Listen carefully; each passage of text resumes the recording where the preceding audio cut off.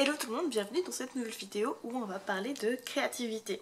Mais d'abord je me présente, je m'appelle Jade, j'habite en Suisse et sur cette chaîne je fais des vidéos YouTube qui parlent de bonne humeur, de spiritualité, justement de créativité aussi. Et si vous avez besoin de paillettes dans vos vies, je vous invite à vous abonner juste en dessous. Donc on n'est pas au même endroit que d'habitude, si vous regardez mes vidéos d'habitude, là on est au salon. J'avais juste envie de faire cette vidéo parce que je me suis dit que c'était l'occasion de vous en parler un peu. Je sais pas quelle place a la créativité dans vos vies, mais pour moi c'est quelque chose qui est très présent.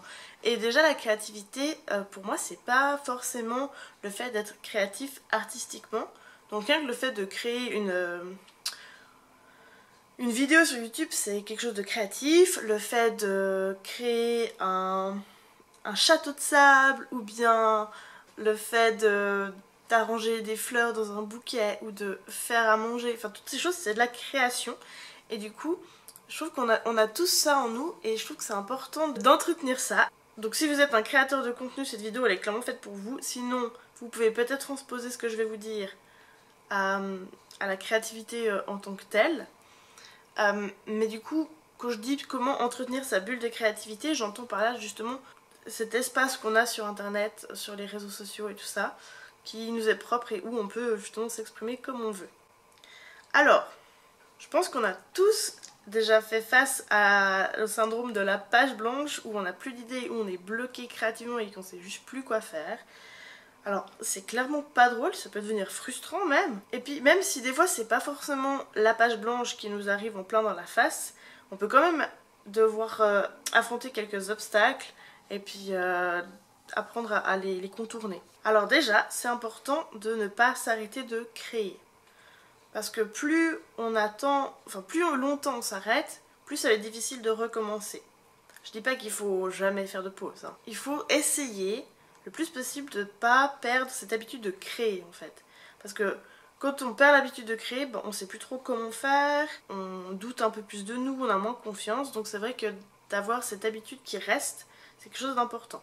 Par contre, on peut s'autoriser à créer moins, ou moins souvent. Par exemple, vous avez le droit de vous dire que cette semaine, vous allez rien faire, vous allez prendre du repos et au lieu de créer 3 vidéos dans la journée, vous allez prendre le temps de vous poser devant un bon film avec un thé ou des pop-corn ou je ne sais quoi. Des fois, justement, l'inspiration, elle vient pas et ça sert à rien de forcer.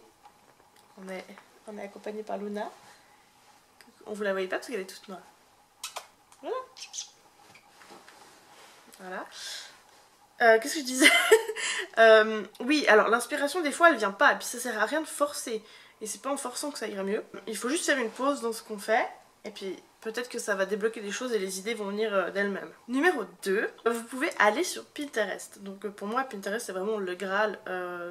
Je trouve plein d'idées là-dessus. Si vous n'êtes pas encore sur Pinterest, je sais pas ce que vous attendez. Parce que autant on trouve plein d'idées pour notre vie personnelle, mais justement pour tout ce qui est création de contenu, je trouve que c'est hyper cool.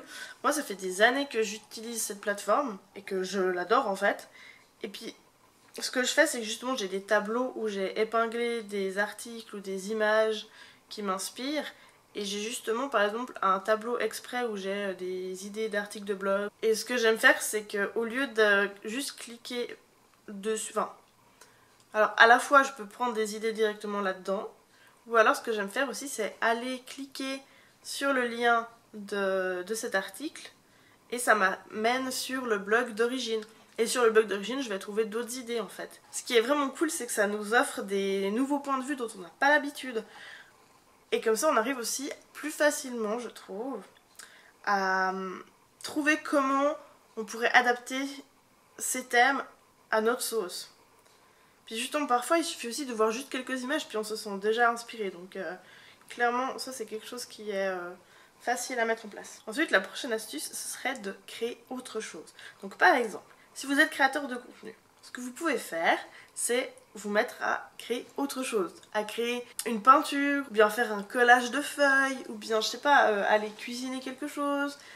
Essayez de sortir un peu de vos habitudes. Et puis des fois c'est un peu comme ça que les nouvelles idées viennent, parce que en fait on est dans la création, mais on crée sans but précis. Et des fois ça fait du bien justement de créer sans but. Moi ce que j'aime bien faire par exemple, c'est d'aller justement prendre un livre de coloriage, et des fois quand ça va pas ou que j'ai besoin de vider un peu mon esprit, de colorier un peu quelques pages, et bah ça fait que mon esprit il est en train de faire quelque chose de créatif, donc ça me fait du bien et ça me fait plaisir, mais en plus de ça, il est un peu plus vide, il est plus libéré, donc il a plus l'occasion de se reposer, puis des fois il y a des idées qui viennent juste comme ça et on ne se rend pas compte. Et je trouve que justement c'est aussi très important de créer juste pour le plaisir, de retrouver ce plaisir de créer et pas que ce soit une contrainte ou que justement on ait toujours des objectifs derrière.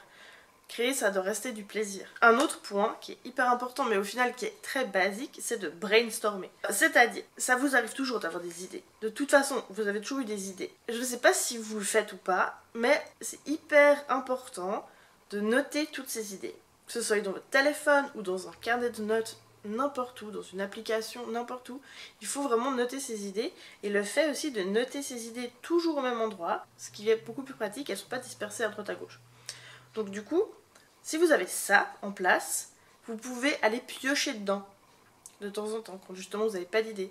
Et il arrive parfois que justement il y ait une idée qu'on ait eue il y a 2 ans, et puis enfin on se dit ah oui tiens maintenant ça c'est quelque chose que j'aimerais bien creuser. Et du coup des fois voilà il y a des sujets qui restent dans l'ombre pendant des années. Et je trouve que c'est beaucoup plus facile justement de partir d'une liste d'idées plutôt que de commencer à partir de rien en fait. Donc ce que vous pouvez faire c'est justement quand vous avez des idées, vous notez tout. Même si c'est flou, même si c'est très complet, même si 2 idées se ressemblent beaucoup, elles sont pas forcément les mêmes, et puis des fois rien qu'une idée peut aller dans une direction totalement différente que l'idée d'après. Enfin donc du coup, vraiment je vous encourage à noter vraiment tout, même si ça vous semble bête, même si vous avez déjà vu ce sujet des milliers de fois, c'est pas grave, notez-le, on sait jamais. Et ma dernière astuce, ce serait justement de demander conseil autour de vous. Par exemple, quand on est créateur de contenu ou quand on est créateur de autre chose, je pense que c'est quelque chose qui est une activité très solitaire en fait. Alors des fois justement c'est dans l'échange qu'on a des idées. Moi c'est souvent quand je parle avec des gens de mes petites idées que les grandes idées arrivent en fait. C'est des fois justement de faire quelque chose à plusieurs qui fait qu'il y a une idée qui émerge. Parce qu'on peut rebondir en fait entre ce que l'un et l'autre dit et ça c'est vraiment précieux. Et il n'y a pas besoin forcément que ce soit des gens qui soient dans le même domaine que vous, même si ça aide énormément, mais vous pouvez demander conseil à votre famille, à vos amis, vraiment votre entourage. Essayez de regarder, ou même dans les conversations que vous entendez dans les transports publics ou dans les parcs ou n'importe. C'est toujours intéressant de s'attarder à ce que les autres ont à dire. Mais sinon, vous pouvez aussi rejoindre justement des communautés de créateurs qui sont dans le même domaine que vous. Donc que ce soit via des groupes Facebook ou bien essayer d'avoir justement dans vos proches des gens qui font la même chose que vous. Donc ça c'est du gros travail, mais de connecter, de réseauter avec des gens c'est hyper bénéfique. Et justement ça peut nous aider quand on est face à quelque chose qui est difficile à débloquer, d'avoir la personne en face qui connaît notre problématique et qui est déjà passé par là. Des fois c'est plus facile à débloquer tout ça. Et du coup je voulais vous parler de ce que moi je propose en ce moment. Il s'agit justement d'un accompagnement pour les créateurs de contenu pour débloquer en fait tout ce qui vous empêche de créer comme vous le voulez. Ça s'appelle Boost ta bulle. Vous pouvez justement rejoindre un groupe d'autres créateurs de contenu, donc vous allez pouvoir rencontrer d'autres gens dans ce domaine, donc c'est cool. Et en plus de ça, vous allez pouvoir suivre tout un programme pour apprendre à débloquer vos idées, à les faire venir et justement à améliorer votre contenu. Donc je vous mettrai les liens juste en dessous si ça vous intéresse. Parce que encore une fois, la création, la créativité, ça doit être quelque chose qui doit rester fun, qui doit continuer à nous faire plaisir. Donc quand on est face à des blocages, franchement, il n'y a plus de plaisir là-dedans. Donc l'idée c'est vraiment de pouvoir trouver des solutions pour avancer et puis être plus épanoui dans la création de son contenu.